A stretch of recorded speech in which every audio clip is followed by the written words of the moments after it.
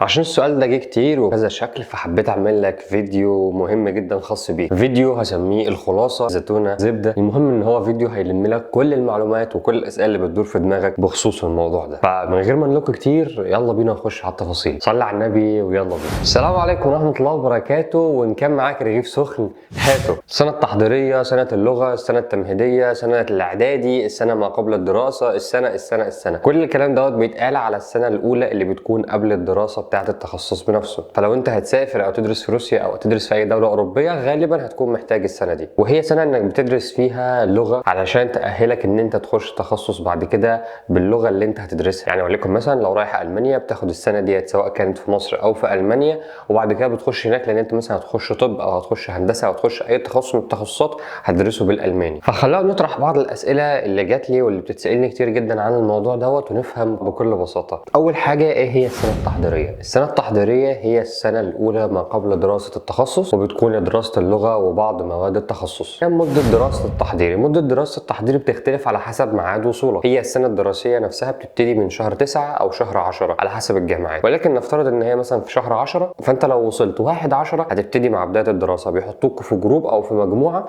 وتبتدي الدراسه على طول. طيب لو انت وصلت في شهر 12، في شهر 1، شهر 2، انت كده بتكون متاخر، فبيحطوك في جروب تاني برضه جروب بادئ متاخر. لكن في كل الحالات ان السنه التحضير اللي هي سنه واحده بتخلص مع نهايه السنه الدراسيه اللي هي غالبا بتكون في شهر 6 او في شهر 7. فانت وصلت في بدايه السنه، وصلت في نصها، انت هتخلص الوقت دوت لو انت جاي دراسه سنه واحده بس. علشان في وضع تاني للناس اللي بتيجي متاخر قوي، بيكون عندها خاصيه ان هي تدرس سنه ونص تحضيري، وده بيكون وقت كتير جدا. 3 انواع السنه التحضيريه. انواعها تختلف على حسب التخصص اللي انت عايز تتخصص فيه بعد كده. لو انت عايز تخش هندسه بتبقى سنه تحضيريه هندسيه، بمعنى انك هتاخد اللغه الروسيه وهتاخد مواد الهندسه كمان الاساسيات بتاعتها بالروسي، بمعنى انك هتاخد يعني ايه طرح، يعني ايه جمع، يعني ايه مصفوفات، يعني ايه داله، يعني ايه كل الكلام دوت هتاخده ولكن بالروسي عشان تعرف الكلام دوت لما تبدا تتعامل معاه. بتاخد اساسيات ومصطلحات فقط. وبالنسبه برضو للناس اللي عايزه تكمل طب،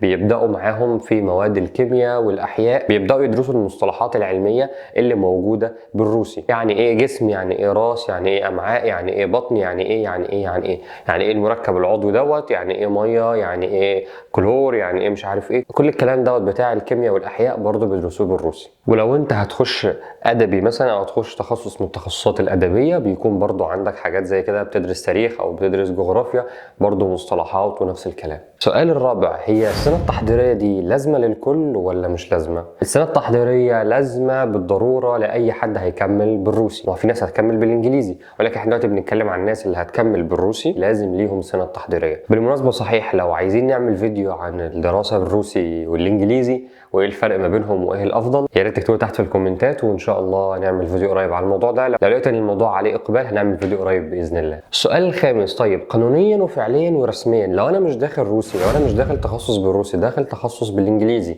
هل انا لازم السنه التحضيريه؟ لا. كده تقريبا خلصنا الشكل الرسمي من الاسئله او الاستنباط اللي بتجيلي. السؤال زي ما هو، جاوبت عليه زي ما هو، الاجابه مختصره وكل حاجه.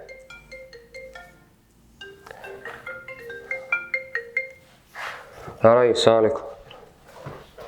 خلونا نتكلم كده مع بعض بشكل غير رسمي خالص، مش الاسئله ديت، دردشه كده، واحكي لك الخلاصه والتيتا والشريطه والزبده وكل الكلام ده من اخوك ابو الاداهيم، وان شاء الله تستفيد من الموضوع. خلونا نتكلم نقطه نقطه كده. هي السنه التحضيريه اصلا مهمه ولا مش مهمه؟ من وجهه نظري الشخصيه، وبعد فتره هنا وبعد ما قابلت ناس وكلمت ناس كتير جدا في الموضوع دوت، فمفيش حد اختلف ان السنه التحضيريه هي من اهم السنين اللي هتمر عليك. لو انت داخل روسي، لو انت داخل انجليزي، مش هتفرق. ليه؟ طيب السنه التحضيريه ديت انت بتبقى غالبا مخلص ثانويه عامه، بتسافر، اول حاجه بتواجه مشاكل كتير جدا، ان شاء الله بتبقى سهله. لو انت متابع الفيديوهات هتعرف ان كل المشاكل دي بنحلها باذن الله. فهتواجه مشاكل كتير، من طبخ بقى، من انك مش عارف تتاقلم، من انك كنت عايش لوحدك فجاه دخلت سكن جامعي، معاك 2، معاك 3، معاك 1، عايش في اوضه مش انضف حاجه، عايش في اوضه كويسه جدا، انت شخص ما كنتش مرتب نفسك، حاجات مرميه هنا وحاجات مرميه هنا، لازم الحاجات دي تتشال، انت شخص مدخن، انت شخص مش مدخن وقاعد مع حد مدخن. كل الحاجات دي بتبقى ضغط شويه عليك في البدايه. انت مش متاقلم على الموضوع. انت متعود هتيجي من الجامعه او جاي من المدرسه لما كنت في الثانويه او الدروس، الاكل بتاعك موجود، هدومك مغسوله، كل حاجه جاهزه، مكان المذاكره فاضي وجاهز ليك انك بس تقول يلا هتقعد تذاكر على طول، الدنيا هاديه. كل الكلام دوت لما تيجي هنا هيحصل فيه اختلاف كبير، فانت بتقعد فتره عبال ما تتاقلم على الموقف وتتاقلم على الموضوع ده. السنه دي بتبقى يعتبر فيها وقت فاضي كتير، بتقدر تستغل كل الكلام دوت انك تبدا تتعود على النظام الجديد اللي انت هتعيش فيه بعد كده، تبدا تتعود على الناس، تبدا تتعود على الجو. كل الكلام دوت بيبقى مهم جدا وانت بتكتشفه في السنه التحضيري. طيب لو انا داخل انجليزي محتاج برضو اخد سنه تحضيري؟ انا مش شايف من وجهه نظري ايوه برضو محتاج، لان هنا الشعب كله بيتكلم بالروسي، مفيش حد بيتكلم انجليزي غير قليل جدا جدا جدا. خلينا ناخد مثال بسيط جدا، انت داخل السوبر ماركت تشتري حاجه، لما بتشتري من السوبر ماركت دوت مفيش كليه بتطلع حد يشتغل في السوبر ماركت، اللي بيشتغل في السوبر ماركت دوت بياع، وديت حاجه ما تعبوش ولا احنا بنقلل منه، ولكن الشيء اللي انا بكلمك عليه ان هو شخص ممكن يكون اتعلم في الكليه حاجات بسيطه ولقى الموضوع مش نافع فبنزل يشتغل في سوبر ماركت او اي حاجه مش محتاجه شهاده. فاللي عايز اوصله لك ان هو 90% نسبه 95% كمان مش هيكون بيعرف يتكلم انجليزي. فانت هتتعامل ازاي معاه لو انت بتدرس بالانجليزي؟ انت محتاج على الاقل السنه ديت. على فكره السنه ديت مش هتطلع منها بيرفكت في اللغه، بس على الاقل هتعرف تمشي حالك، هتعرف تخش السوبر ماركت، هتعرف تخش المطاعم، تروح المستشفى تعمل التحاليل بتاعتك سواء كان تحليل الجامعه او تحاليل السكن، هتعرف تروح المطار، هتعرف وانت نازل مثلا بلدك تاني تعرف تروح المطار لوحدك، تعرف تطلب تاكسي، تعرف تحاسب الراجل بتاع التاكسي، تعرف تركب مواصلات. كل الكلام دوت محتاج منك لغه مش جامده، ولكن محتاج منك لغه تمشي الحال. لو انت برضو جاي انجليزي يفضل ان انت برضو تاخد تحضيري. يعني كده السنه التحضيريه مهمه. طب ايه هي مشاكل التحضيري؟ من وجهة نظري التحضيري ما يعتبرش ليه مشاكل، بالعكس هو بيخليك تكتشف اصلا حاجات كتير جدا في نفسك انت مش واخد بالك منها. يعني مثلا سواء كان التحضير الضغط بتاعه مش كبير قوي، بتروح مثلا الجامعة من الساعة 10 او من الساعة 9 لحد الساعة 3 او 4، بترجع معاك وقت كتير جدا لو كنت هتذاكر، لو كنت تكلم اهلك، لو كنت تتعرف على حاجات جديدة في البلد اللي انت فيها، تطلع تروح تيجي. كل الكلام دوت هيبقى صعب عليك شوية في فترة التخصص، بالذات لو التخصصات طبية مش هيبقى عندك وقت خالص انك تعمل اي حاجة. ده كمان هينقلنا النقطة اللي بعديها، ممكن يكون في عيوب او مشاكل للتحضيري بشكل خاص، او في ناس شايفاها من وجهة نظرها، في ناس بتشوف ان هي دي مضيعة للوقت، بيقول لك سنة كاملة هتضيع منك بتتعلم لغة بس. لا يا عم ملهاش لازمة.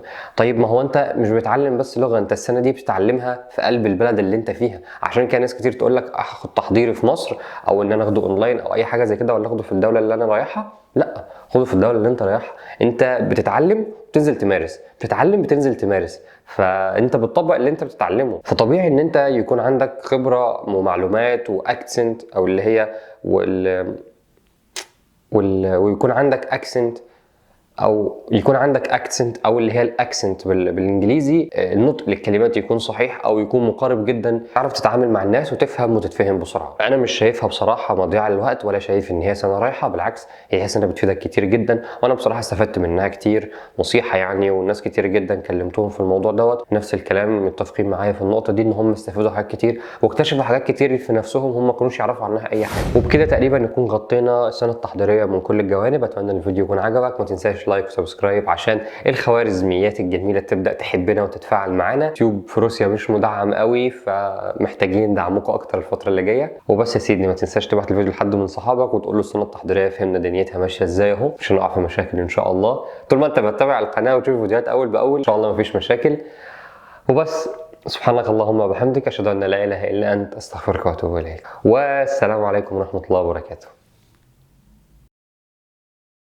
خلونا كده نسمي الفقرة ديت، ممكن نسميها فقرة على المصطبة مثلا، اللي هو بعد ما نخلص نقعد نتكلم كده شوية، لأن احنا بنتكلم بدون أي قوانين، بنرتجل حرفيا، بندردش مع بعض، مفيش أي زوم إن وزوم أوت وحركات عشان بس تشد عين المشاهد، مفيش لايكات، مفيش سبسكرايب، لا بيبقى كلام كده طالع من القلب رايح للقلب. فأنا أصلا في الأول ما كنتش أعرف يعني إيه كلمة مصطبة يعني، لحد ما وانا صغير كنت اتكلم بقى بشكل غير رسمي او شكل مثلا ما يكونش محترم قوي، فاهلي او المدرسين بتوعي يقولوا لي انت بتتكلم كده ليه، انت قاعد على المصطبه. فطب ليه يعني، ما ايه العلاقه في المصطبه؟ بعد كده اكتشفت ان المصطبه دي بيبقى يعني شيء كده الناس بتقعد عليه، حاجه شعبيه شويه، بتكون بتكون يعني كده شكل عفوي كده بشكل غير رسمي، فخليها ايه، خلينا نسمي الفقره ديت على المصطبه كده. بس يا سيدي، بالنسبه للسنه التحضيري بصراحه انا مش هتكلم تاني، اعتقد الفيديو انا غطيت فيه كل حاجه يعني، اللهم لك الحمد. بس ايوه استنى يا كابتن. بس تقريبا فاحنا يعتبر يعني غطينا اكتر الاجزاء على موضوع السنه التحضيري يعني. خلونا نتكلم بقى شويه انا كنت شايفها ليه مهمه وليه فعلا اثرت فيا. السنه ديت الواحد بجد اكتشف حاجات كتير جدا ما كانش يعرفها. قد ايه تبدا تتعلم بقى طبخ، تبدا تتعلم حاجات كتير جدا. لو انت ما عندكش معلومات سابقه بيبقى الموضوع شويه صعب، بس عشان انت عندك وقت طويل جدا في الفتره دي، فبتقدر ان انت تكتشف الحاجات دي بنفسك وتجرب مره واثنين وثلاثه، وما عندكش مشكله انك تغلط مره واثنين وتفشل مره واثنين، بس انت هتجيبها في المره الثالثه وعندك وقت اللي يسمح لك بالحاجات دي. المذاكره ما بتبقاش كتير قوي، فبتقدر تكتشف الموضوع ده. حاجه كمان، انت ممكن في الوقت دوت مثلا تنزل تشترك في جيم، تنزل تشترك في اي نشاط، حاجه بقى تبع الطلاب الاجانب او طلاب دوليين او حاجه زي كده، بيفيدك انك تتعلم لغه اكتر، وبيفيدك انك تبدا تتحرك، تبدا تشوف الناس بتتكلم وبتفكر ازاي. فعشان كده بصراحة أنا أنصح وبشدة موضوع السنة التحضيرية، يعني إن الواحد يدوس فيها وحتى لو أنت جاي تدرس إنجليزي برضه هتفيدك. يمكن يعني خلاص كده خلصنا السنة التحضيرية والحاجات عليها، بس خلينا نتكلم كده ليه بقى لنا فترة ما بنزلش محتوى للأسف، واللي فيه فيديوهات كتير جدا متصورة وبس لسه ما طلعتش للشمس يعني أو للنور. وهو بصراحة بواقع ان الحاجات اللي بتحصل في فلسطين يعني مخليها الواحد مش قادر يعمل اي حاجة بجد. والواحد قعد له يمكن يومين ثلاثة بيتابع الاخبار من غير ما يعمل اي حاجة حرفيا، وفجأة جيت اكتشفت كده طب ثواني بس، يعني انا كده فدتهم بايه؟ او ايه الشيء الكويس اللي وقع عليهم؟ وانا عمال بنزل في ستوري وعمال بتابع الاخبار اول باول، وشوف عدد الضحايا وشوف عدد القتلى وشوف. مع ان سبحان الله يعني اعتقد كده والله اعلم ان الناس اللي توفت دي او الناس اللي ماتت دي لو اتكلمت ولو نطقت ولو رجعت تاني هتقول لا سيبونا فوق، هتقول خلاص انتوا خليكم انتوا بقى وشوفوا مكان القصف فين ويجروا عليه. يعني سبحان الله كمية الشهداء. طبعا بصوا يعني من غير منازعة الأطفال اللي بتتوفى والأطفال اللي بتستشهد دي دول في الجنة كده كده، يعني من غير نقاش في الموضوع دوت. إن شاء الله نحتسب عند الله ده في الجنة. فما بالك بقى إن هو مسلم وكمان ملوش أي ذنب في الموضوع ومات، ما بالك ده إيه بقى الدنيا في الجنة. والشهيد يشفع ل70 من أهله. فتخيل بقى كمية الأطفال اللي توفوا دول هيشفعوا لكام حد من أهلهم. فبصراحة الموضوع مش اللي هو الشيء اللي يحزن قوي، يعني مش اللي هو دوت الموضوع اللي يخليك لا صح لينا جنب كبير جدا وقلبنا منفطر على الموضوع دوت ومتشقق كمان. بس انت قعدتك في البيت وعدم مذاكرتك وعدم مروحك وعدم اهتمامك بصحتك وعدم مروحك مثلا للجيم وعدم اهتمامك بصحتك وعدم اهتمامك باكلك وعدم اهتمامك باي شيء انت كنت بتعمله، سواء كان كورس او اي شيء بشكل عام انت كنت ماشي فيه، وقفت الموضوع دوت لاجل الاخبار. انت استفدت ايه من الاخبار؟ يعني انت ضفت لهم ايه جديد؟ ساعدتهم في ايه؟ ما ساعدتهمش في اي حاجه. بالعكس انت لو كل فكر بنفس المنطلق دوت خلاص الوطن العربي كله هينام، مفيش اي تقدم فيه ولا في اي حاجه هتحصل، لان احنا متاثرين بالقضيه اللي احنا فيها وخلاص محدش هنا هيعمل اي حاجه ولا هينجز اي حاجه. طب وبعدين يعني كسبنا ايه او استفدنا ايه؟ ولا كسبنا ولا استفدنا اي حاجه، ولا انت فدتهم ولا ضرتهم باي حاجه، ولا انت فدتهم انت ضرتهم بس.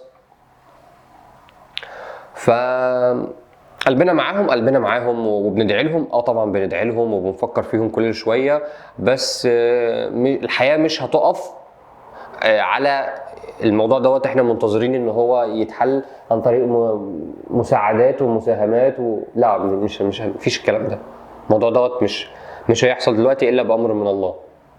فزعلك وسكوتك مش هيفيدهم باي حاجه. لا ابدا اتحرك وابدا اسعى في الموضوع اللي كنت انت ماشي فيه، وربنا يوفقك ويكرمك يا عم. وبس يا سيدي، ما تنسوش بقى اخواتكم في الدعاء. وبس نلقاكم في الحلقه القادمه باذن الله. السلام عليكم.